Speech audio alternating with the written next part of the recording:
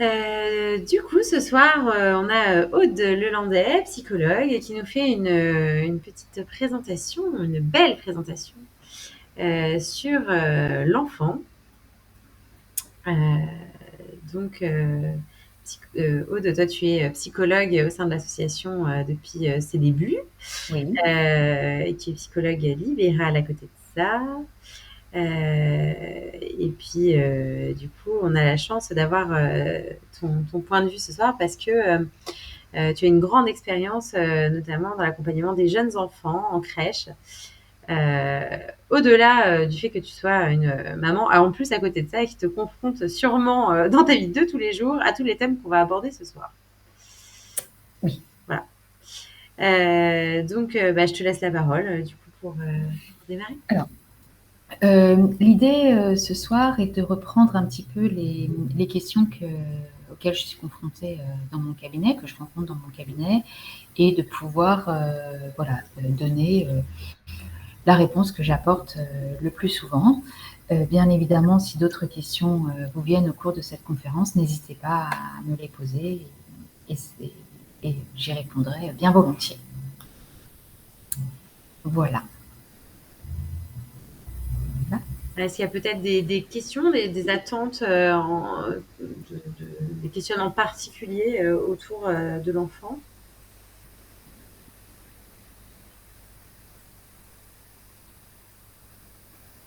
Non, moi j'ai pas de questions particulières. Ok. Ok. Bon, on y va là. Alors, il y a plusieurs phases dans la petite enfance. Il y a la phase du bébé, la fameuse phase des 2 ans, et puis ensuite d'autres phases. Si on commence par le développement, pardon. Si on commence dans un premier temps par le développement du très jeune enfant, ce qui est important, c'est de bien garder en tête que chaque nouveau progrès euh, psychomoteur amènera un changement dans le positionnement de l'enfant, dans son développement psychique. Donc, ce qui est important, c'est que l'enfant va d'abord, il naît, donc il y a différents stades dans les dans les premiers temps de sa vie. Le jeune enfant, il est en interaction avec le monde, mais essentiellement avec sa mère. Puis petit à petit, il va s'ouvrir au monde vers l'âge de 3-4 mois, il va s'ouvrir au monde et ça, on va pouvoir le noter parce il va saisir les objets et il va être plus en interaction avec le regard de l'adulte, il va sourire plus facilement ou des signes comme ça. À ce moment-là, ce qui est très important, c'est que l'enfant n'a que des besoins. Et à peu près jusqu'à l'âge d'1 an, l'enfant n'a que des besoins auxquels le parent, alors la mère ou le père, enfin d'une façon générale, le parent va répondre.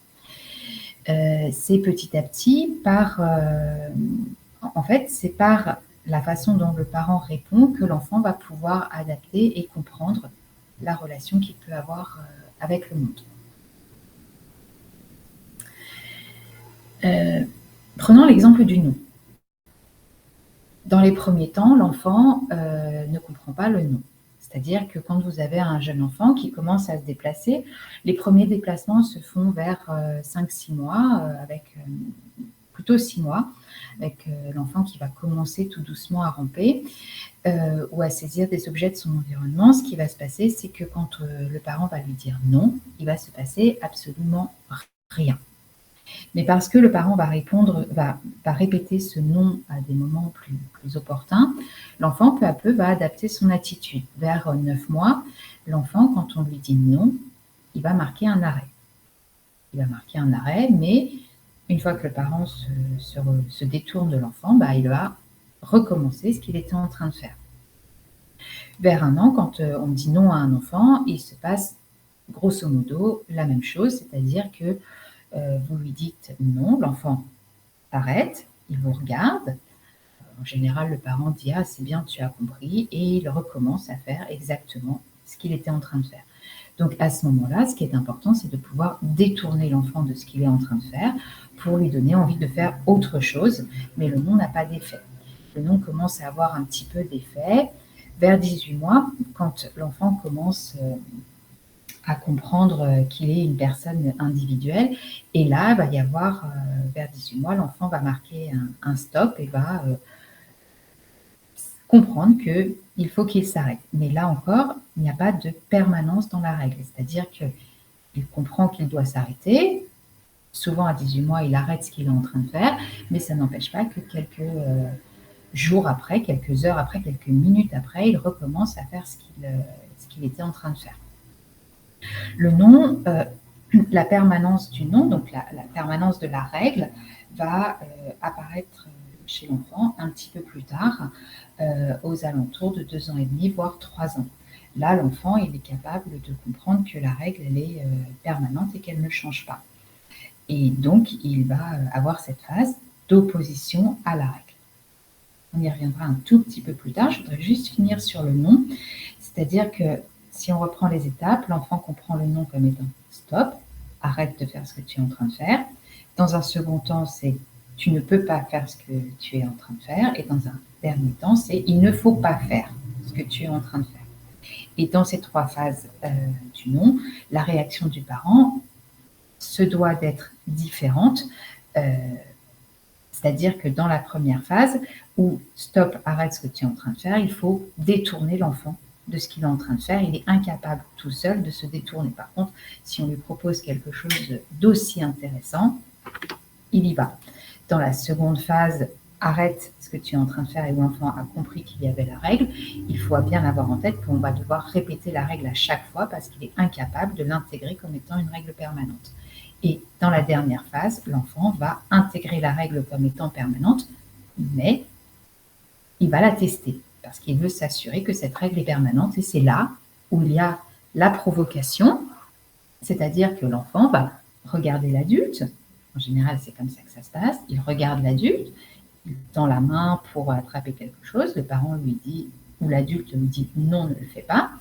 L'enfant sourit et le fait. Parce que lui, ce qui l'intéresse à ce moment-là, puisqu'il a bien intégré la permanence de la règle, ce qui l'intéresse à ce moment-là, c'est qu'est-ce qu'il va se passer si je le fais. La fameuse phase d'opposition. Avez-vous des questions ?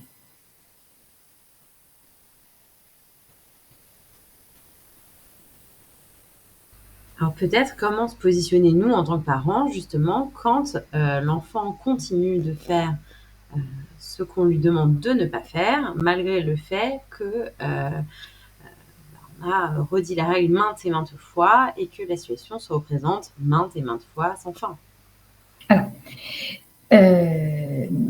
tu parles de la phase d'opposition. Absolument.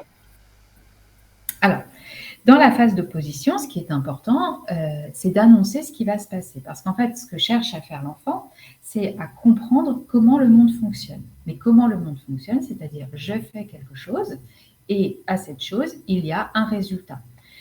Dans le développement de l'enfant, au départ, ce résultat, il est immédiat puisqu'il va passer par des constructions, par des manipulations. Mais là, lui, ce que l'enfant comprend, c'est qu'à ce moment-là, il peut avoir une action sur une autre personne. Et donc, lui, ce qu'il veut, c'est savoir ce qui va se passer. Donc, ce qui est important, c'est de pouvoir annoncer à l'enfant ce qui va se passer. Mais est-ce que ça veut dire que si mon enfant n'écoute pas, il est mal poli ? Pas du tout. Pas du tout, parce qu'avant 2 ans, l'enfant, il est soumis à ce qu'on appelle la pulsion. C'est-à-dire que l'enfant, il peut très bien avoir intégré la règle, mais ne pas être capable au niveau psycho-affectif de la respecter. Je vous donne un exemple. Il n'est pas rare en crèche de voir un enfant qui monte sur la table. L'autre enfant lui dit « il est interdit de monter sur la table ». Ce qui se passe, c'est que on se dit « ah, celui qui lui dit que c'est interdit, il a tout à fait compris la règle ». Et 3 secondes après, allez 5, parce qu'ils ne sont pas si rapides toujours, on retrouve celui qui a dit « ne monte pas sur la table », sur la table. Pourquoi? Parce que le fait de voir l'autre enfant lui a donné envie. La pulsion, c'est ce qui me donne envie. C'est-à-dire que c'est plus fort que moi, c'est plus fort que la raison à cet âge-là. Donc l'enfant n'est pas mal poli, l'enfant il est juste il apprend à gérer ses émotions, à gérer ses pulsions, et donc il a envie, et l'envie passe avant tout. Et donc quand il est calme, c'est-à-dire qu'il n'a pas l'idée de faire les choses, il est capable d'énoncer la règle. Au moment où il a l'envie, il n'est plus capable d'énoncer la règle. Et il la transgresse. Alors du coup, nous, est-ce qu'on doit maintenir la règle ou est-ce que finalement, puisqu'il n'est pas capable, ça ne sert à rien de donner des règles?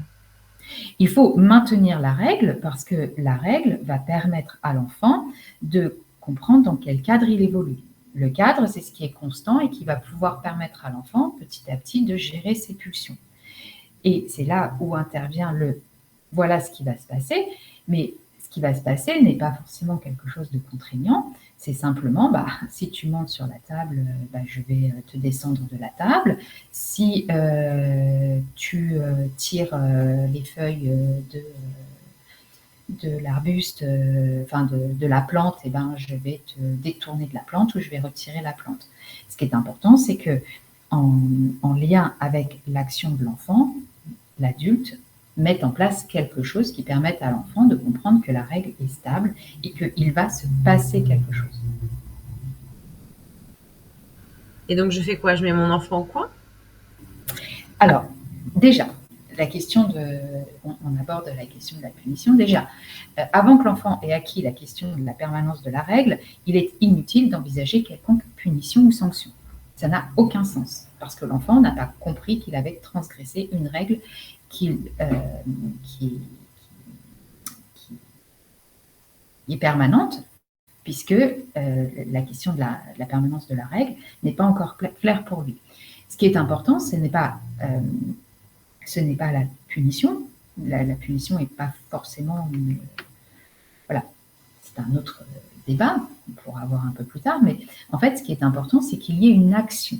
C'est-à-dire que ce qui est important, c'est que ce que fait l'enfant donne lieu à une réaction de l'autre, une réaction qui soit permanente, c'est-à-dire qui soit à peu près toujours la même pour que l'enfant intègre que s'il fait ça, il se passe ça. Pour vous donner un exemple, qu'est-ce que je pourrais prendre? S'il joue avec son verre, eh bien, il ne pourra pas, son verre sera mis un peu plus loin.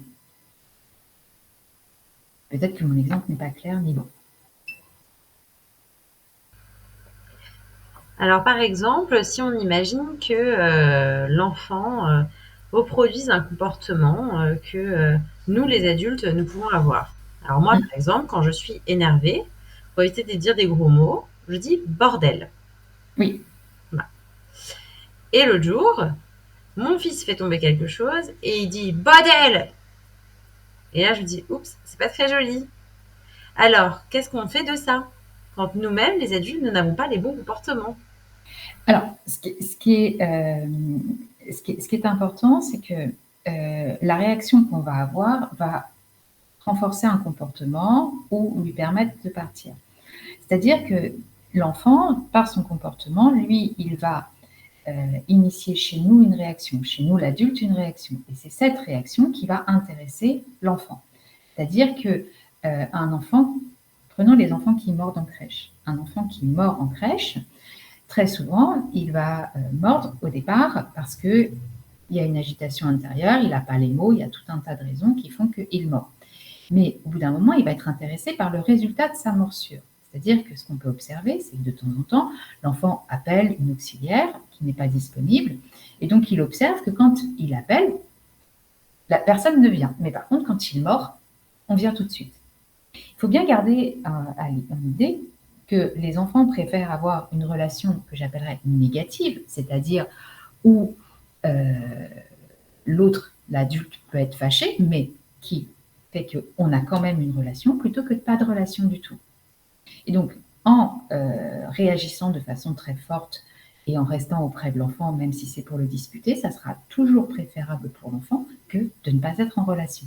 Et donc, en fait, si on réagit trop vite ou trop vivement à quelque chose chez un très jeune enfant, un comportement chez un jeune enfant, on risque de le renforcer. Parce que ce qui va intéresser l'enfant, c'est de pouvoir reproduire ça. Donc, des fois, c'est important de laisser passer, ou en tout cas de ne pas trop mettre l'accent sur le comportement. Ça ne veut pas dire que le comportement doit être nié. Il faut bien sûr répéter les règles, il faut répéter les choses, mais si on réagit de façon trop vive, on va renforcer le comportement. Alors, dans ces cas-là, est-ce que parfois les comportements de nos enfants ne sont pas, surtout quand ils reproduisent quelque chose de nous, est-ce que c'est pas une manière finalement de se rapprocher de nous, de maintenir une relation avec nous? Par Bien sûr. exemple, l'enfant qui fait semblant d'aller fumer dehors, l'enfant qui fait semblant de jouer à l'ordinateur, enfin de faire du travail sur l'ordinateur. Est-ce que finalement, c'est pas une manière de maintenir la relation avec nous en notre absence? Bien sûr. C'est une façon de prendre quelque chose de nous. De prendre quelque chose du parent que l'enfant va rejouer et reproduire, tout à fait.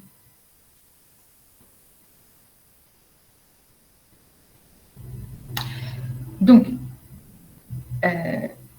il y a ce questionnement de la règle et on en arrive à la question de l'opposition. L'opposition, cette phase des 2 ans, qui arrive aux alentours des 2 ans, donc je vous disais au départ qu'il y avait un lien entre le développement physique de l'enfant, c'est le développement psychomoteur, et ses capacités psycho-affectives. Ce qui se passe aux alentours de 2 ans, c'est que l'enfant, grosso modo, il marche bien, il court, il s'éloigne assez facilement. Et il gagne en autonomie, il arrive à faire tout un tas de choses tout seul.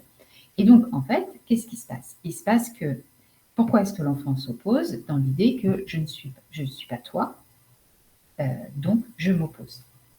Et donc, parfois, l'enfant, il s'oppose juste pour montrer qu'il est différent de son parent et de l'adulte. Et donc, ce qui est important, c'est qu'à ce moment-là, plus l'adulte va se bloquer dans ses réactions, plus l'enfant va se bloquer dans ses réactions. Et plus il va y avoir une opposition forte. Moi, je propose à ce moment-là le double choix. C'est-à-dire que le double choix, ça permet à l'enfant de choisir ce qu'il veut et surtout de renoncer. Donc, de renoncer à l'idée que ce qu'il veut, il n'y a qu'une possibilité. Donc, l'idée, c'est de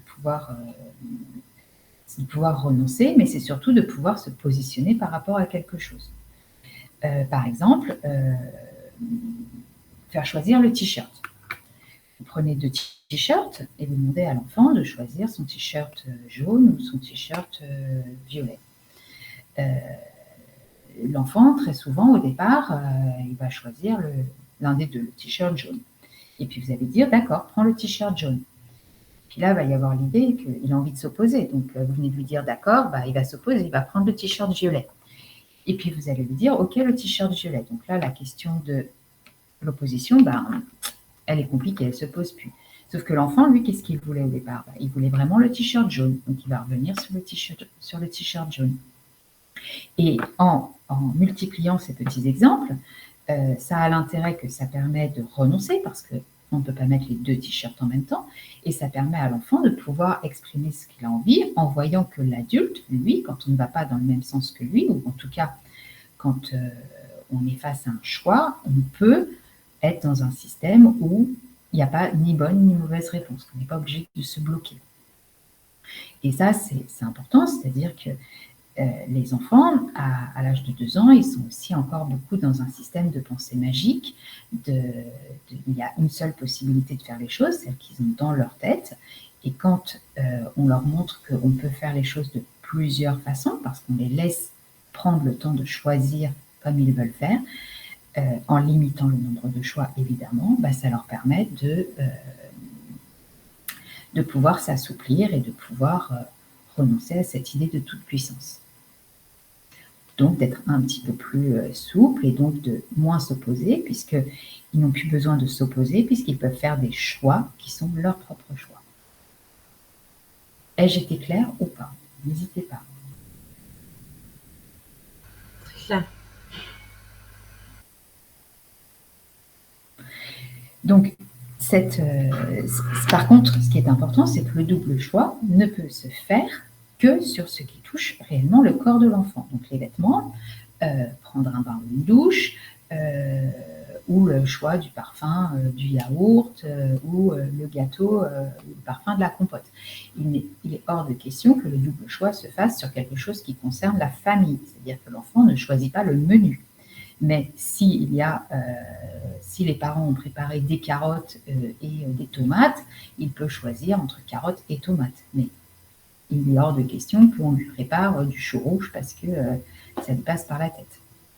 À ce moment-là, il n'a ni carottes ni tomates s'il veut. Et donc, s'il ne mange rien, on fait quoi?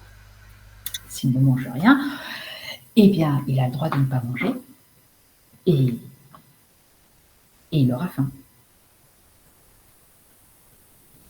Et avoir faim, c'est aussi la conséquence d'un choix qu'on a fait. C'est-à-dire que ce qui est important, c'est que les enfants puissent être confrontés à la réalité et pouvoir assumer la conséquence de leur choix.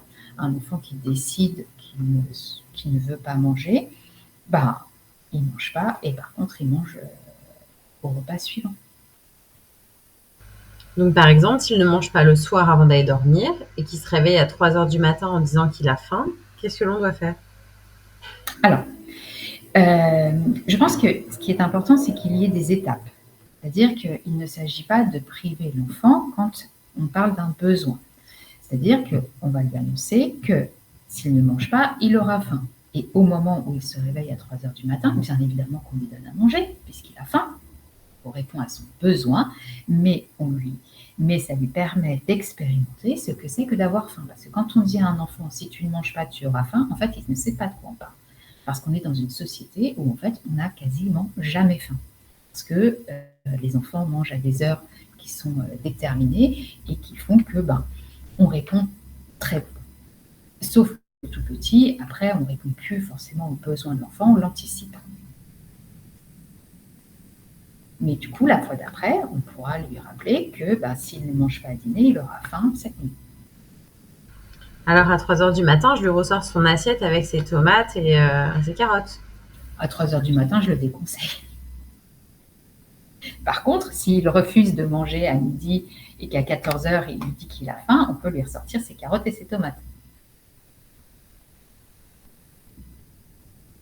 C'est très important de différencier le besoin de l'envie. C'est-à-dire que le besoin, c'est quelque chose auquel il faut de toute façon répondre. Parce que si on ne répond pas à un besoin, on va à l'encontre du bon développement de l'enfant. L'envie n'est pas quelque chose auquel on doit répondre. Pour donner un exemple, on n'a jamais besoin de manger un gâteau, sauf cas très particulier, mais qui est quand même très peu courant chez les enfants de 3-4 ans. Par contre, on a envie de manger un gâteau. Mais ce qui se passe, c'est que dans le besoin et dans l'envie, l'enfant, il va vivre au niveau de ses sensations corporelles, il le vit de la même façon. Mais c'est parce que nous, on va apporter une réponse différente que l'enfant va pouvoir identifier le moment où il a besoin et le moment où il a envie. Donc, si l'enfant vous dit « je voudrais un gâteau », ce n'est pas l'heure du gâteau, vous lui dites « non, tu n'auras pas de gâteau », il vous dit « j'ai faim », on lui propose quelque chose à manger, mais quelque chose qui, au niveau diététique, est plus intéressant. On peut nous proposer un bout de fromage, un bout de pain, un fruit, une compote, un des éléments du repas, par exemple.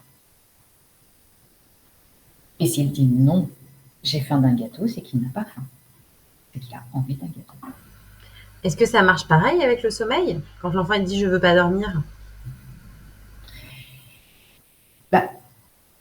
En fait, alors, dans le sommeil, là, on touche autre chose. On touche la question de la séparation. C'est-à-dire que l'enfant qui ne veut pas dormir, bien souvent, il ne veut pas être séparé de ses parents. D'ailleurs, à chaque fois que l'enfant fait des progrès au niveau psychomoteur, il y a une influence sur le sommeil. Parce que se jouent des choses, encore une fois, au niveau psycho-affectif, qui font que ça a une influence sur le besoin. Donc, au niveau du sommeil, ce qui va se passer, c'est que l'enfant, lui, en fait, et ça c'est Myriam David qui nous l'apprend, jusqu'à 2 ans, l'enfant voit toutes les relations qu'il y a envers lui. Et vers 2 ans, l'enfant voit que les gens ont des relations entre eux. Et donc, si les gens ont des relations entre eux, en fait, ce qui se passe, c'est que lui, il est exclu. Donc, très souvent, ce que me disent les parents, c'est que quand papa ou maman est seul à la maison, l'enfant se couche très facilement. Mais quand les parents sont tous les deux présents à la maison, l'enfant se couche plus difficilement. Pourquoi est-ce que l'enfant se couche plus difficilement dans ces cas-là? C'est que papa et maman qui sont en train de regarder la télévision dans le salon, en fait, sont ensemble et c'est lui qui est exclu. Et s'il monopolise papa ou maman dans sa chambre, c'est l'autre qui est exclu et plus lui. Donc, ce qui est important, c'est qu'au moment, l'enfant qui ne veut pas dormir, très très souvent, mais là encore c'est une généralisation et il y a des cas particuliers, très souvent ce qui se passe, c'est que l'enfant ne veut pas se séparer de son parent.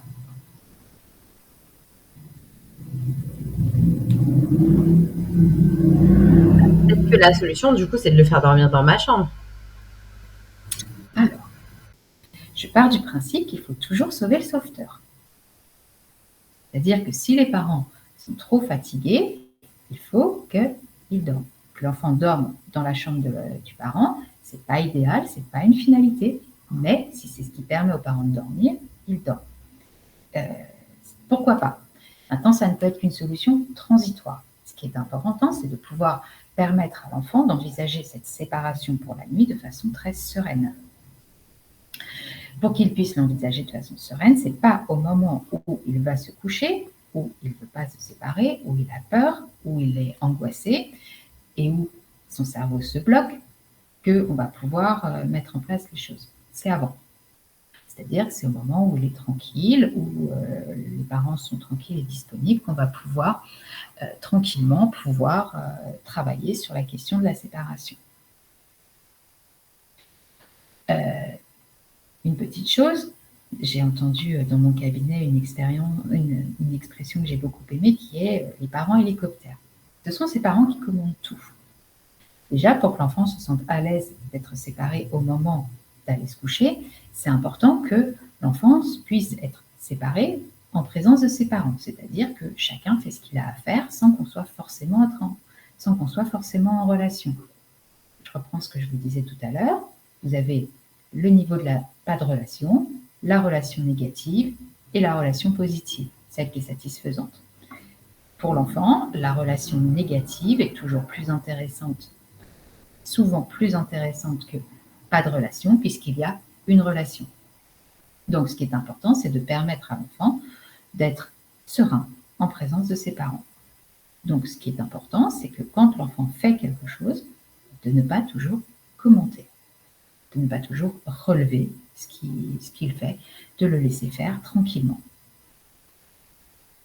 Il est important aussi de ne pas toujours anticiper ce que va faire l'enfant, parce que si on anticipe, en fait, l'enfant il ne prend pas l'habitude de pouvoir déjà intégrer les règles. Il n'a pas besoin de les intégrer, puisqu'il y a toujours quelqu'un qui va lui rappeler au dernier moment.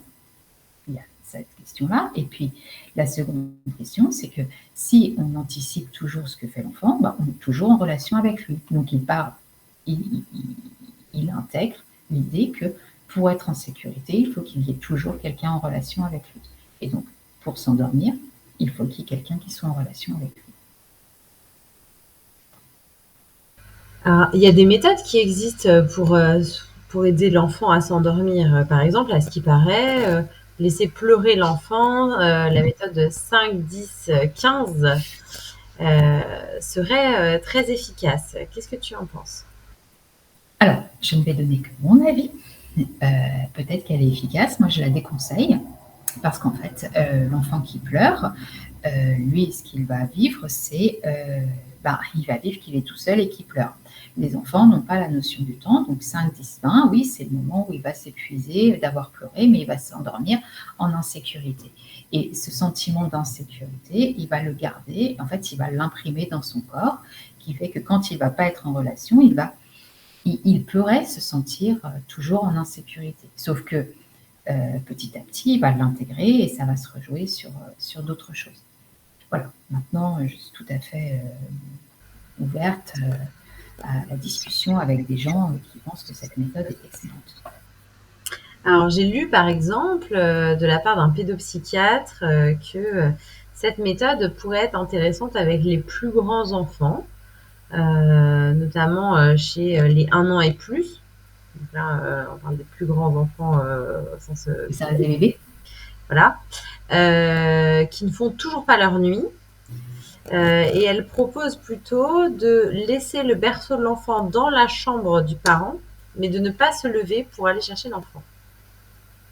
Et de le laisser pleurer 5, 10, 15 minutes. Bah écoute, si elle propose ça, c'est qu'elle doit avoir de bonnes raisons. Et elle postule l'idée que, alors moi je trouve ça discutable, hein, tu te doutes, elle postule l'idée que oui, l'enfant va se sentir en insécurité, mais c'est aussi dans la répétition du fait que le lendemain, il nous retrouve qu'on est disponible, qu'il va aussi pouvoir apprendre une forme de sécurité. Alors moi, je propose une autre méthode qui est que l'enfant de moins de 3 ans, il est beaucoup dans le corps. Tout à l'heure, j'abordais la question de la pulsion, c'est-à-dire que l'enfant, il va être plutôt dans l'agir. C'est-à-dire que quand quelque chose ne lui convient pas, quand quelque chose lui convient, quand quelque chose le préoccupe, il va plutôt agir. C'est-à-dire que quand quelque chose ne lui convient pas, il va jeter des choses. Quand quelque chose lui convient et qu'il est très très content, il va aussi jeter des choses. Quand il n'est pas content contre son parent ou contre son frère, contre un copain, il va taper. Donc l'enfant, il est plutôt dans l'action. Nous, on est dans le langage. Ce qui est important, c'est que ce qui va se passer, c'est que si on répète à un enfant quelque chose qu'il ne fait pas, au bout d'un moment, il ne va plus écouter. On va être très honnête.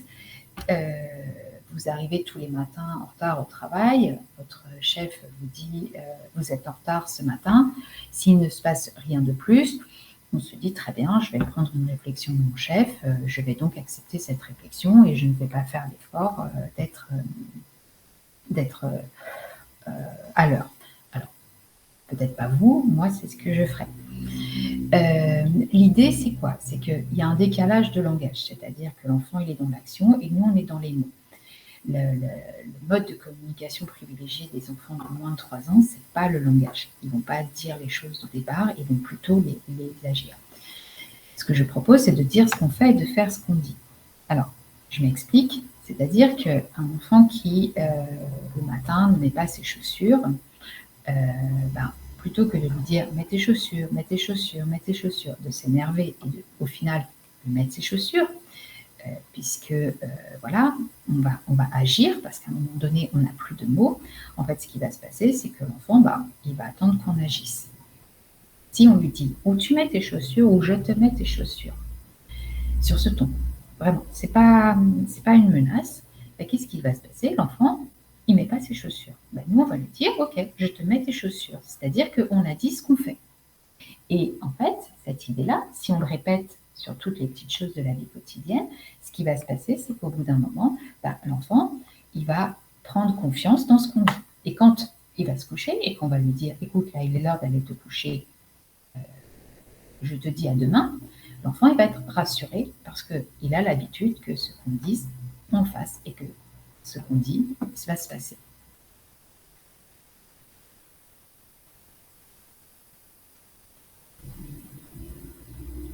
Super technique. Ça a l'avantage que le matin, mets tes chaussures ou je te mets tes chaussures, de toute façon, il faut tes chaussures pour partir. Et donc là, on confronte l'enfant à la réalité qui est que, de toute façon, il faut tes chaussures pour partir. Et on est dans un système, j'ai envie de dire, gagnant-gagnant, c'est-à-dire que quand, bien évidemment, on s'approche de l'enfant, il va commencer à dire non, c'est moi qui mets les chaussures, on peut lui dire ok, puisqu'on lui a dit où tu les mets, où je te les mets. Il les met. Très bien. Alors moi, dans mon cabinet, j'ai souvent des parents qui viennent me voir en m'expliquant que, en fait, ils récompensent leurs enfants quand ils font des bonnes actions, des actions attendues. Par exemple, si tu mets tes chaussures, je te donne un bonbon. Qu'est-ce que tu en penses? C'est dans la même idée que l'enfant qu'on mette des conséquences à ce que fait l'enfant. euh, il y a plusieurs choses. C'est-à-dire qu'il y a l'idée de la récompense. Mon idée, c'est qu'il est important de récompenser l'effort, pas l'action. Parce que si on récompense l'action, à quel moment on s'arrête? Par contre, si on récompense l'effort, à un moment donné, toute action demande moins d'effort, puisqu'on a réussi à l'intégrer. Donc, quand il y a un effort, on peut récompenser. Ce qui est important, c'est que la question des chaussures, c'est quel effort ça demande à l'enfant. C'est un exemple que je prends souvent dans mon cabinet, justement, les chaussures, parce que, en fait, les chaussures, le manteau, ça arrive juste avant de partir. Or, l'enfant, il a déjà beaucoup mobilisé sa psyché. Et dans son corps, c'est compliqué pour lui. Ce sont des choses qui ne sont pas encore complètement acquises, qui ne sont pas encore complètement réflexes. C'est-à-dire que nous, mettre des chaussures, c'est facile, c'est réflexe. Pour l'enfant, ça lui demande encore beaucoup de mobilisation. Donc, des fois, s'il ne met pas ses chaussures, c'est qu'il s'est déjà mobilisé sur plein d'autres choses. C'est aussi qu'il veut nous coincer. Pourquoi si je ne mets pas mes chaussures, qu'est-ce qui va se passer? Si on rentre dans un système où tu mets tes chaussures, je te donne un bonbon. Moi, j'ai rien contre. Mais la question, c'est à quel moment on arrête de donner le bonbon si l'enfant met ses chaussures, puisque c'est une action normale. Par contre, dire si tu fais l'effort de mettre tes chaussures, en récompense de cet effort, tu auras un bonbon, pour moi, on n'est pas complètement dans la même logique. Et alors, quand on va faire les courses, Ouais. qu'est-ce que tu en penses de la récompense? Si tu es sage dans le magasin, tu auras un jouet, tu auras un livre, tu auras des bonbons. Alors, la question, c'est pourquoi on fait les choses. Je pense que quand on va dans un magasin, l'enfant, lui, il n'a pas l'idée que ce n'est pas notre truc préféré. Quand on s'arrête devant le rayon lessive parce qu'on compare la lessive qui lave plus blanc, la lessive la moins chère, la lessive, etc., l'enfant, lui, il n'a pas l'idée que notre passion, c'est pas la lessive. Lui, ce qu'il voit, c'est qu'on prend beaucoup de temps à choisir quelque chose et que pendant qu'on prend ce temps, il s'ennuie. Et puis surtout, lui, ce qu'il voit, c'est que nous, on peut tout prendre dans le magasin. Alors, il y a plusieurs âges. Il y a grosso modo 18 mois où l'enfant, il a juste le plaisir de mettre dans le caddie. Moi, ma technique, c'est ce que l'enfant met dans le caddie, on ne commente pas, on prend, on repose. Il ne verra même pas qu'on a reposé parce qu'en fait, son plaisir, c'est juste de prendre et de mettre. Il est dans vider le rayon pour remplir le caddie. Si l'enfant questionne, il le verra tout de suite et on peut lui répondre que non, on ne prend pas cette chose-là et qu'on peut choisir. Ce qui se joue parfois, c'est que le plaisir de l'enfant, c'est d'aller visiter le rayon jouet. Et puis nous, on n'a pas le temps d'aller visiter le rayon jouet et on anticipe, donc je reviens à ne pas anticiper la réaction de l'enfant, et on anticipe la demande de l'enfant. Et souvent, l'enfant, quand on est au rayon jouet, très subtilement, il dit « Oh, regarde, comme c'est joli cette chose-là ». Ce à quoi nous, on répond « Tu ne l'auras pas ». Sauf que lui, l'enfant, il nous a rien demandé à ce moment-là. J'en reviens à la question d'anticipation. Il nous a juste dit « C'est joli ». Je vous conseille de répondre « Oh que oui, c'est joli ». 9 fois sur 10, l'enfant va continuer en disant « Est-ce que je peux l'avoir ?» Et là, moi, je préconise la méthode du « oui, mais ». Oui, tu peux l'avoir, mais pas aujourd'hui. Oui, tu peux l'avoir, mais pour ton anniversaire. Oui, tu peux l'avoir, mais pour Noël. Parce que, pourquoi c'est important le oui, mais? Parce que le non bloque la fameuse phase d'opposition. Et donc, le oui, mais, ça ouvre une perspective. Ça donne une autre possibilité. Ce à quoi les enfants plus grands vont répondre « Oui, mais tu vas oublier. » Bon, on a tous un smartphone. On peut le prendre en photo. On peut le noter sur une liste. Ce qui est important, c'est que l'enfant sache qu'il peut attendre. Et on en viendra à la question de l'envie et du désir. Parce que ce qui est très important, c'est qu'au moment où il voit les choses, il en a envie. L'envie, comme je vous le disais tout à l'heure, ça se vit pour l'enfant comme un besoin. Donc, il a l'impression qu'il ne peut pas surmonter cette envie. Ce qui se passe, c'est que si on lui achète le jouet, parce qu'on est fatigué, parce qu'on se dit, je suis fatigué ce soir, je n'ai pas envie de me prendre la tête, très bien, je t'achète ton jouet. Cette envie, cette tension qu'il a dans son corps, elle va être apaisée. Sauf que l'enfant pense qu'elle est apaisée parce qu'il a obtenu ce qu'il voulait. Pardon, pas parce qu'il a obtenu ce qu'il voulait, mais par le jouet. Et ce que vivent beaucoup de parents, en tout cas moi je l'ai vécu comme parent, parce que j'ai acheté des choses comme ça pour avoir la paix, au moment où on sort, en fait le jouet, on le retrouve tout emballé dans le caddie. C'est-à-dire que l'enfant, il l'a dans les mains, je caricature un petit peu, mais l'enfant, il l'a dans les mains jusqu'au passage en caisse, on passe en caisse, on lui rend, il le prend et il le pose. La différence que je fais entre envie et désir, c'est que l'envie, c'est quelque chose qui se vit dans l'immédiateté, et le désir, c'est quelque chose qui s'est construit. Et si on dit à l'enfant, tu pourras l'avoir pour ton anniversaire, ou tu pourras l'avoir, je ne sais pas pourquoi, enfin peu importe, ça crée chez lui un possible. Un possible, et pas de l'impossible.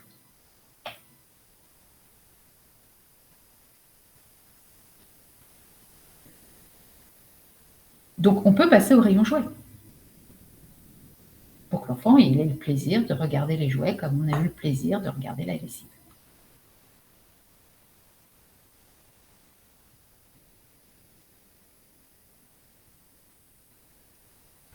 Alors du coup, est-ce que l'enfant, il a des désirs propres, différents des nôtres? L'enfant, il a beaucoup de désirs différents des nôtres parce que l'enfant, il est différent de nous. C'est la fameuse phase d'opposition qui nous l'apprend. Et donc l'enfant, il va créer des désirs différents. Et ce qui est important, c'est qu'on puisse bien, alors déjà, on puisse bien différencier l'envie du désir, c'est-à-dire que l'envie, on est dans l'immédiateté, dans ma définition, voilà, dans ce que je vous propose. L'envie, on est dans l'immédiateté, le désir, on est dans quelque chose qui est plus en lien avec la réalité et qui est dans l'idée de différer. Et c'est cette distinction entre l'envie et le désir qui va permettre à l'enfant de supporter la frustration. Parce que la frustration, c'est renoncer à un plaisir immédiat pour un plaisir futur. Mais un plaisir futur qui sera plus important que le plaisir immédiat. Alors finalement, dans nos règles qu'on peut instaurer à la maison, quelles sont les règles qui valent la peine d'être maintenues? Parce que si l'enfant a des désirs propres, alors l'enfant a aussi le droit de ne pas avoir envie de respecter nos règles. Sur la question des règles, il faut bien différencier la règle sociale, qui permettra à l'enfant de s'intégrer dans la société, la règle sociale de la règle familiale. Dans la règle sociale, j'ai envie de dire, c'est non négociable et chacun prend, si je ne dis pas bonjour à quelqu'un, il ne me dira pas bonjour et je ne m'intégrerai pas à la société. Je caricature encore une fois. La règle familiale, c'est quelque chose qu'on fait tous ensemble et qui est différent d'une famille à l'autre. Mais la règle familiale ne répond pas forcément au désir de l'enfant. Mais ce qui est important, ce n'est pas forcément qu'on réponde au désir de l'enfant, c'est que le désir de l'enfant ait une place et qu'il soit en tout cas écouté et pas ridiculisé. Il y a des enfants qui ont remarqué que en collant au désir de leurs parents, c'est-à-dire en voulant la même chose qu'eux, ils obtenaient plus facilement. Il y a quelques années, est arrivée en crèche la mode de Spider-Man. Spider-Man, aucun enfant de crèche n'avait jamais vu Spider-Man. Mais ils étaient tous fans de Spider-Man. Il leur fallait le t-shirt, l'assiette, etc. Et en réalité, c'était quelque chose de très marketing, c'est-à-dire que les parents aimaient Spider-Man, donc achetaient des choses Spider-Man et l'enfant collait à ce désir. Mais parce que comme ça, il obtenait plus facilement, parce que dès qu'il voulait un t-shirt, si c'était un t-shirt Spider-Man, il l'avait plus facilement que s'il voulait un t-shirt Mickey.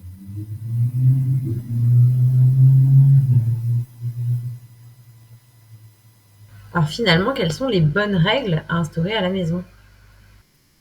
Les règles qui ont du sens pour chaque famille.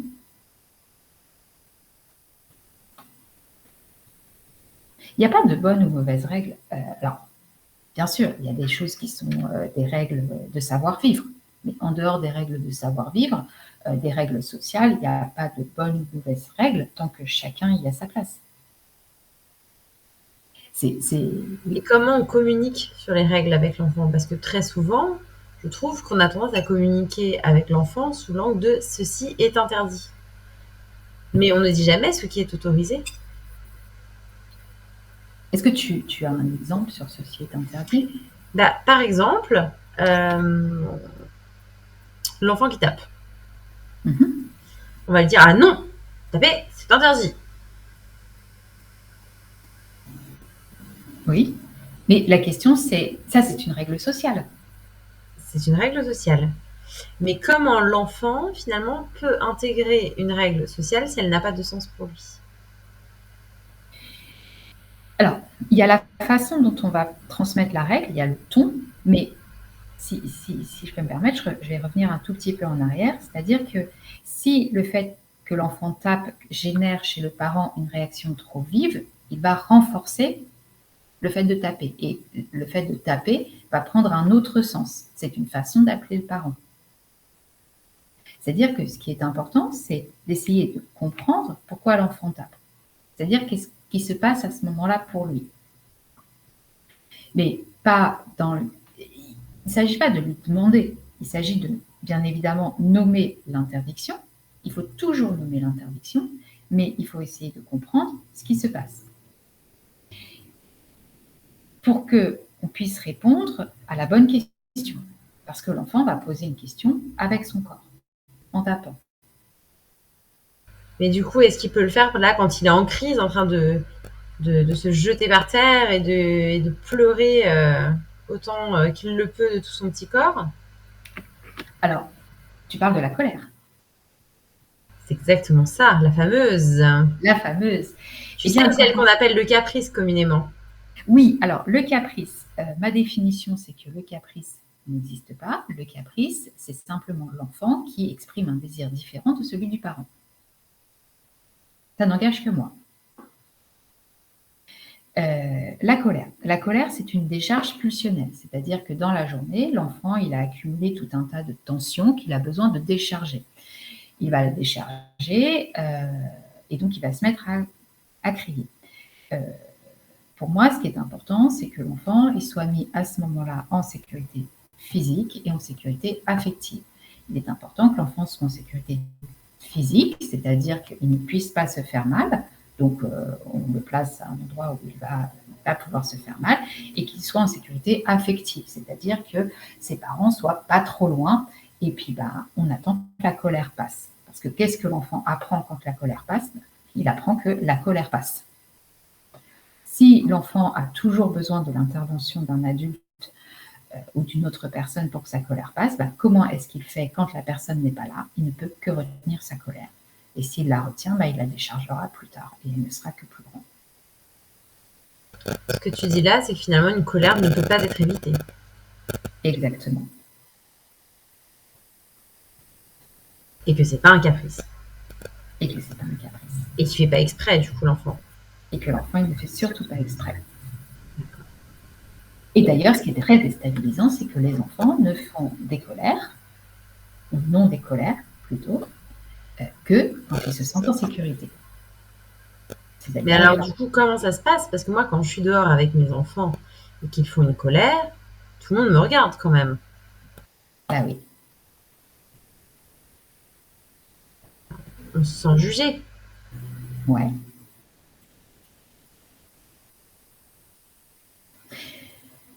J'ai tendance à penser, peut-être à tort, peut-être juste pour me rassurer, que les gens qui sont à l'extérieur et qui nous jugent en tant que parents, en fait, il y a deux catégories. Il y a ceux qui n'ont pas d'enfants, et on sait bien qu'il n'y a pas meilleurs parents que ceux qui n'ont pas d'enfants. Et puis, il y a ceux qui ont des enfants, et qui, je pense, sont plutôt compatissants parce qu'ils savent qu'ils sont déjà passés par là.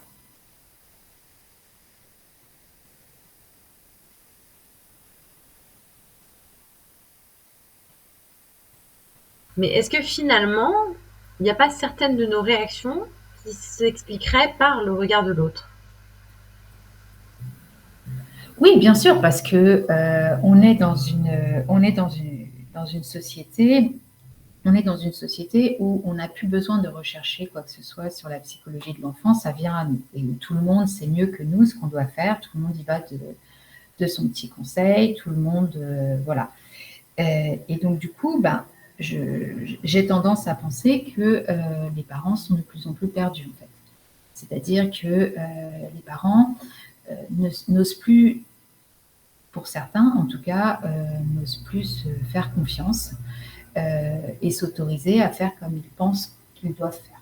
Ce qui est très très important pour l'enfant, c'est qu'il y ait une cohérence entre ce qu'on dit et comment on le dit. Et ça, c'est très important. C'est-à-dire que si on est cohérent entre ce qu'on dit et comment on le dit, en fait, pour l'enfant, ça prendra du sens. Et à partir du moment où il y a du sens, il se sentira rassuré.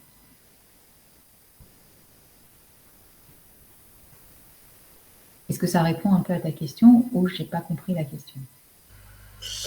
Alors ma question, elle concernait en fait davantage le parent que l'enfant. Ben oui, mais en tant que parent, on se sent jugé parce que justement, je pense qu'on est surinformé sur tout un tas de choses et que on est surinformé et que beaucoup d'informations qui passent dans le grand public ne sont pas bien comprises et sont surinterprétées ou mal interprétées.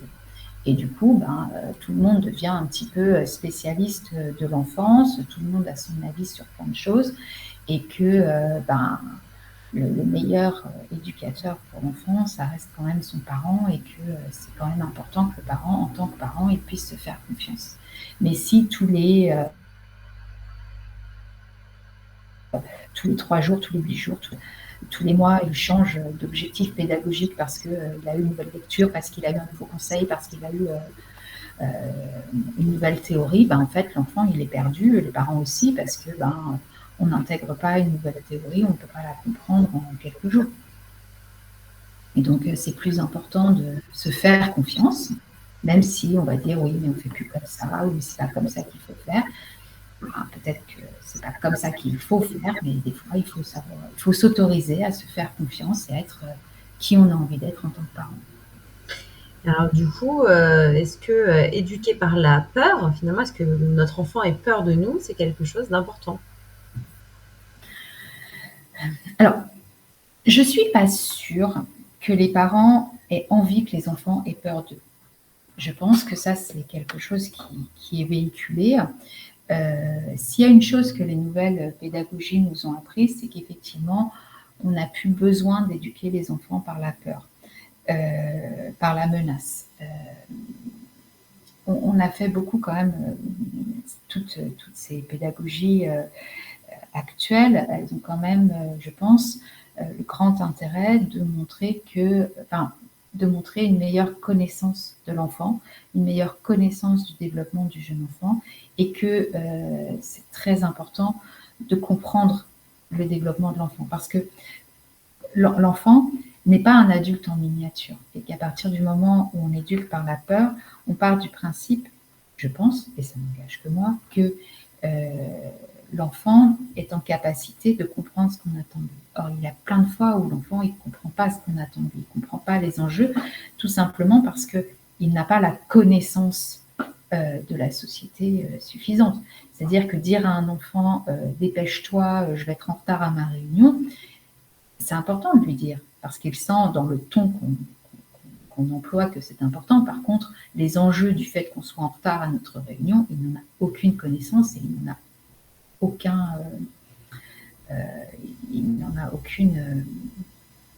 il a aucune possibilité de comprendre quels sont les enjeux d'être en retard à une réunion. Donc pour lui, ça ne prend pas le même sens. Par contre, lui dire, en étant cohérent, il sent que c'est quelque chose d'important pour nous. Alors je suis d'accord avec toi sur la question de la peur, qu'il y a certains parents qui sont très pro nouvelles pédagogies, etc. Alors moi, je me trouve presque fanatique en fait des nouvelles pédagogies. Et puis il y a aussi tous ceux qui sont dans des sociétés qui ont peut-être grandi dans des familles plus traditionnalistes, pour qui la peur, c'est le rôle du père. Le père, c'est celui qu'on appelle quand il fait une bêtise. Si tu n'es pas sage, j'appelle ton père. Alors finalement, quelle est la place du père dans tout ça?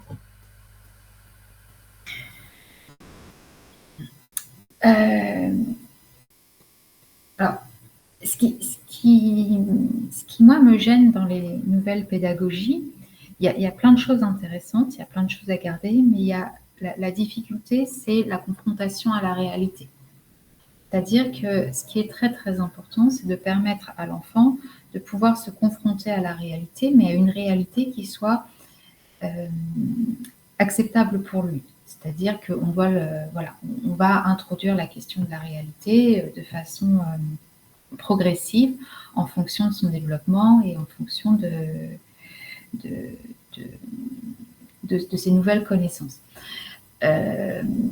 Le fait de dire si tu ne fais pas ci ou si tu ne fais pas ça, ton père va venir, c'est une façon de le confronter à une certaine forme de réalité. C'est-à-dire que ce que je disais tout à l'heure, c'est que les enfants ont besoin qu'il y ait des conséquences à leurs actes. Et dire je vais appeler ton père, c'est en fait une conséquence. On peut inventer tout un tas d'autres conséquences qui ne seraient pas des conséquences effrayantes. Et surtout, je pense que c'est important d'avoir une bonne relation avec son père, que ce soit pour se construire en tant qu'homme ou en tant que femme, en tant qu'individu tout court. Enfin, je veux dire, se construire dans l'idée qu'on peut avoir de bonnes relations avec les gens qui nous entourent et qui nous aiment, c'est quand même plus structurant que se construire avec l'idée qu'il y a les bons et les méchants.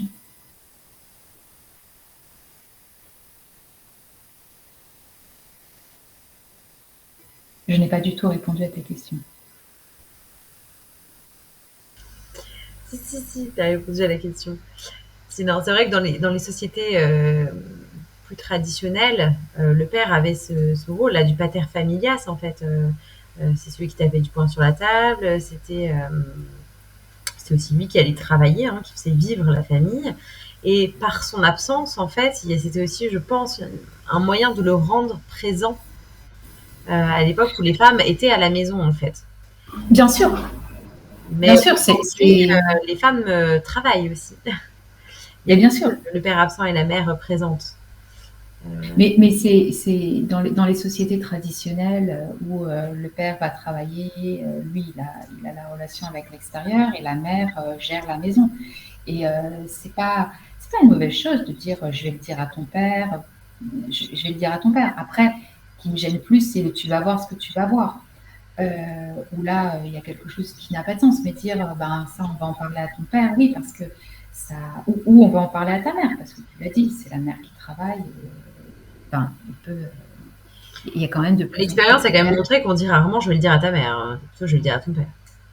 Oui, je vais le dire à ton père, mais moi ce qui me gêne, c'est pas le je vais le dire à ton père. Oui, c'est tu vas voir ce que tu vas voir. C'est la menace. C'est après, on sous-entend l'idée qu'il va se passer quelque chose de très grave. Voilà, mais on sous-entend, c'est-à-dire qu'on ne dit pas. Dire je vais en parler à ton père et on va décider ensemble de ce qui va se passer, il y a quelque chose qui est de l'ordre de la décision. Si c'est et tu vas voir, ça veut dire ton père en fait il va s'emporter et puis tu vas être il va être tout seul face à l'explosion de colère de ton père. Mais est-ce que c'est pas faire peser une pression quand même forte sur les épaules des hommes? Oui, parce que c'est aussi dire toi tu as le rôle, toi tu vas crier. Et ouais.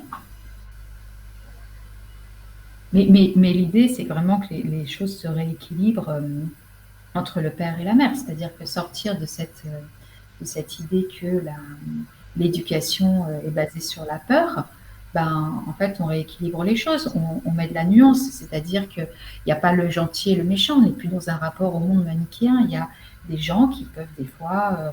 qu'on peut trouver méchants et d'autres qu'on trouve gentils. D'ailleurs, les enfants, c'est très amusant quand ils disent « c'est méchant, je t'aime plus ». Oui, ça veut dire qu'on a une part que l'enfant aime moins, mais comme on a tous une part qu'on aime moins chez l'autre. Sinon, c'est de la fusion. On n'est pas dans des relations fusionnelles. on est dans des relations où, oui, il y a des choses qui nous agacent chez l'autre, mais c'est pas parce que des choses nous agacent qu'on ne peut pas aimer l'autre. Et si l'enfant, on l'autorise à moins nous aimer de temps en temps, parce qu'on ne fait pas ce qu'il attend de nous, ça veut dire que oui, il a le droit de pas faire ce qu'on attend de lui et toujours, et de poser la question du désir et d'avoir des désirs différents.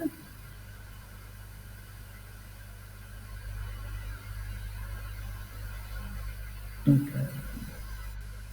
voilà. Merci. Donc, pour résumer, on a quand même un enfant qui a un travail quand même pas des moindres à effectuer durant son enfance, en fait. Il va devoir apprendre à devenir une personne à part entière, différente de ses parents. Et il a la lourde tâche de nous l'apprendre à nous aussi. Exactement. C'est ce qu'on appelle l'individuation. Il y a l'individualisation qui est que je peux aller vivre seule, et l'individuation qui est que je me construis en tant que personne unique et en fonction de mes désirs propres. Est-ce qu'il y a peut-être d'autres questions que moi qui joue l'intervieweuse?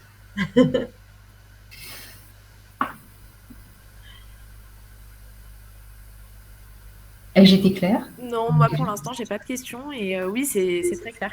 Mais c'est sympa le format comme ça fait vraiment interview quoi, donc c'est agréable à regarder et à écouter plutôt.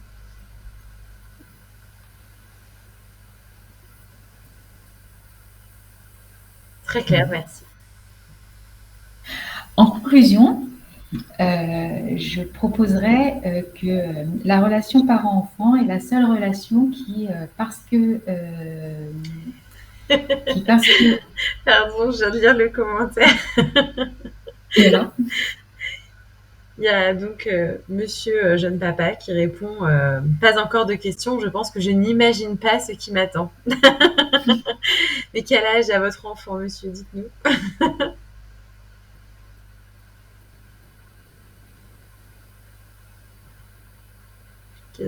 Quelques semaines seulement. Bon, on vous a pas trop fait peur? Ne soyez pas effrayés, ça va aller. Ça passe vite finalement. En conclusion, je vous proposerais que la relation parent-enfant est la seule relation qui, si elle est bien, si elle est saine, se termine par une séparation.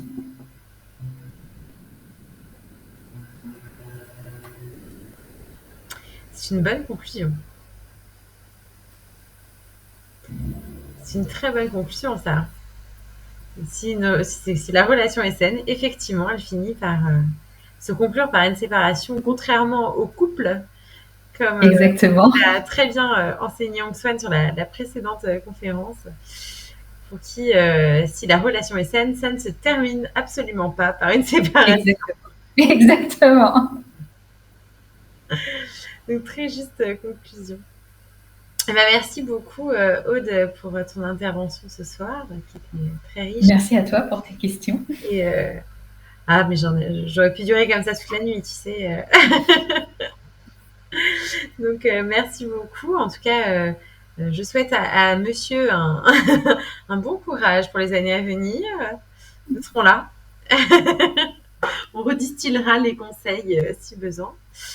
Et du coup, la conférence sera redisponible sur notre site internet dès ce soir. Voilà. Donc, n'hésitez pas.